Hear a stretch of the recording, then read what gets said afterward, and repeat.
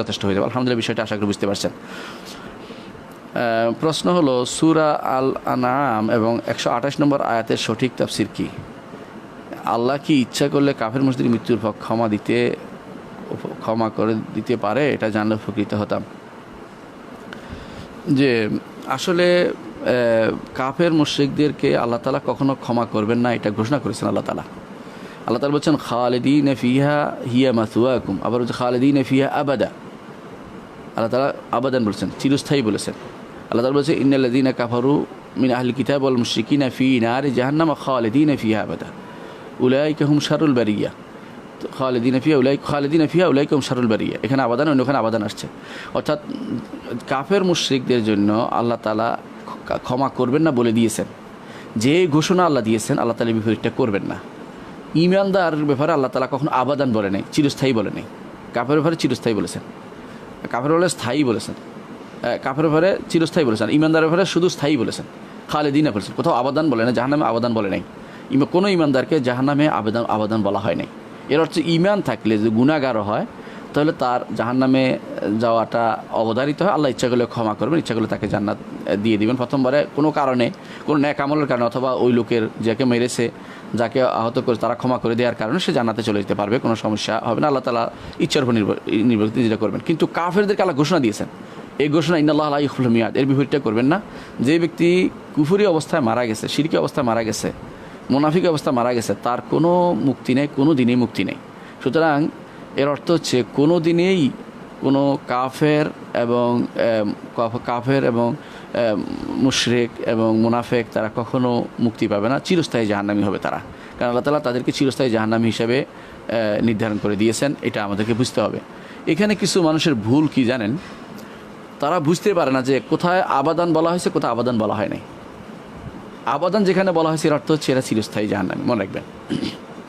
আর যেখানে আবাদান বলা হয় না, স্থায়ী বলা হয় না, যাদের জন্য ঈমানদার কখনো কখনো তা হত্যার কথাটা বলা হয়েছে খালেদিন, ওখানে খালেদান ফিহা বলছে স্থায়ী হবে।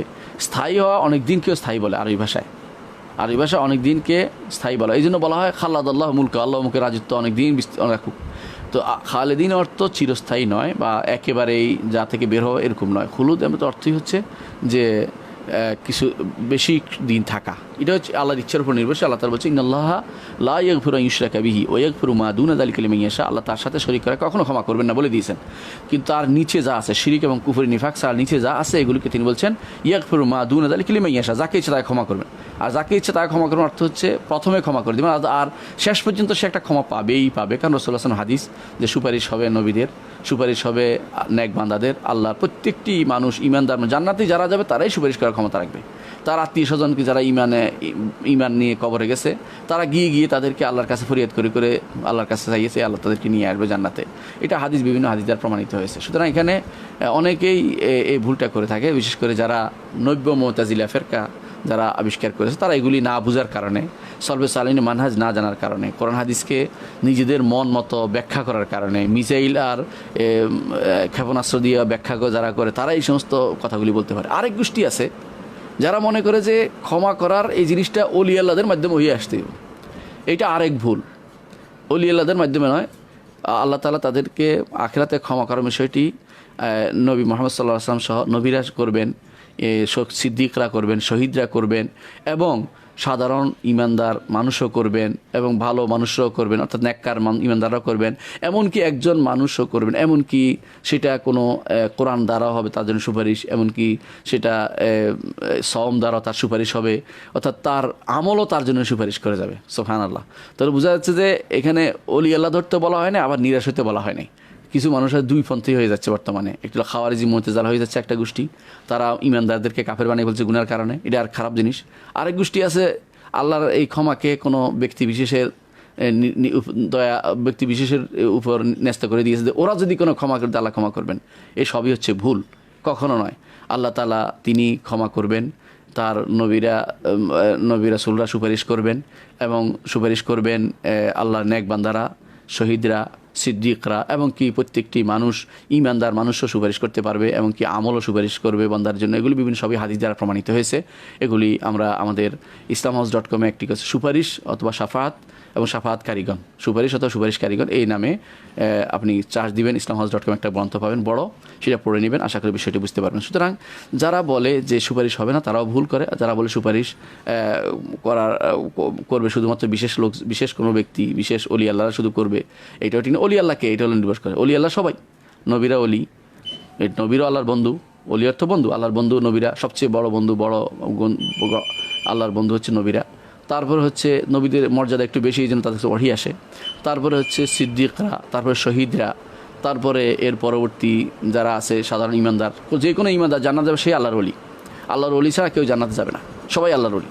যারা জান্নাতে যাবে সবাই সুপারিশ করার ক্ষমতা আল্লাহর পক্ষ থেকে পাবে। আল্লাহর এলহাম হবে, আল্লাহ তাআলা অনুমতি এলহাম করবেন, সে নিজে বলবে আল্লাহ আমার ভাই, আমার বন্ধু আসে নাই, আমার অমুক ভাই আসে নাই, অমুকে আসে নাই, আল্লাহ তো আমি খুঁজি, বলে দাও খুঁজি দেখো, সে যায় খুঁজি বের করবে, নিয়ে আসবে, হাদিস এটা আসছে স্পষ্ট। সুতরাং বিশ্বাস করতে হবে যে এটা কোনো সুনির্দিষ্ট কোনো দরবারের সাথে সম্পৃক্ত নয়, সুনির্দিষ্ট কোনো ব্যক্তির সাথে সম্পৃক্ত নয়, এটা হচ্ছে একটা ইমানের সাথে সম্পৃক্ত।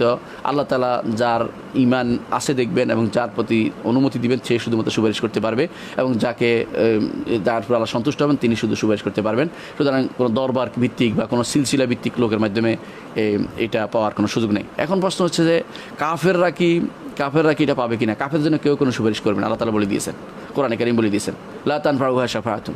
সুতরাং তাদের জন্য আল্লাহ ক্ষমা করবেন না, তাদের জন্য আল্লাহ লানত, ফেরেশতাদের লানত, সবারই লানত, সমস্ত ইমানদার সবাই লানত। সুতরাং তাদের জন্য কোনো ক্ষমা কোনো কালেই আসবে না। কত তো একরকম হয়ে যায়। আল্লাহ তাআলা বলছেন আফানা জাআল মুসলিমিনা কাল মুজরিমিন মা লাকুম কাইফা তাহকুমুন।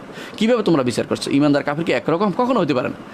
এই তো আল্লাহ দুনিয়া দিতেন কী জন্য? দুনিয়াতে পরীক্ষা করছেন কী জন্য? সুতরাং আল্লাহ তাআলা কখনো এটা করবেন না, তিনি ঘোষণা দিয়েছেন।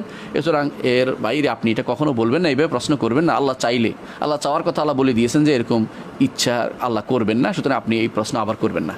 আল্লাহ তাআলার জন্য এরকম কথা বলা জায়েজ নেই যে আল্লাহ চাইলে, যেটা আল্লাহ বলেছেন এর বিপরীতটা আল্লাহ চাইলে তিনি আমাকে ক্ষমা করে দেবেন। এই যে আল্লাহ চাইলে ক্ষমা করে দিবেন, যদি মুখে ক্ষমা করে দিলে বলতে পারেন না। ব্যক্তি তওবা করে ক্ষমা পাইতে পারে, তওবা করে সে কুফরি শিরক নেফাকি থেকে বেরিয়ে আসে জান্নাত পেয়ে নিতে পারে, কোনো সমস্যা নেই। মৃত্যুর আগ মুহূর্ত পর্যন্ত, যতক্ষণ পর্যন্ত বড় শ্বাস না আসে ততক্ষণ পর্যন্ত তার সেই সুযোগ আছে। কিন্তু এই অবস্থায় মারা গেলে তার জন্য এটা হবে না, আল্লাহ ঘোষণা দিয়েছেন। সুতরাং এখানে আল্লাহ চাইলে বলার কোনো সুযোগ নেই, এবার বলবেন না আর কোনো দিন।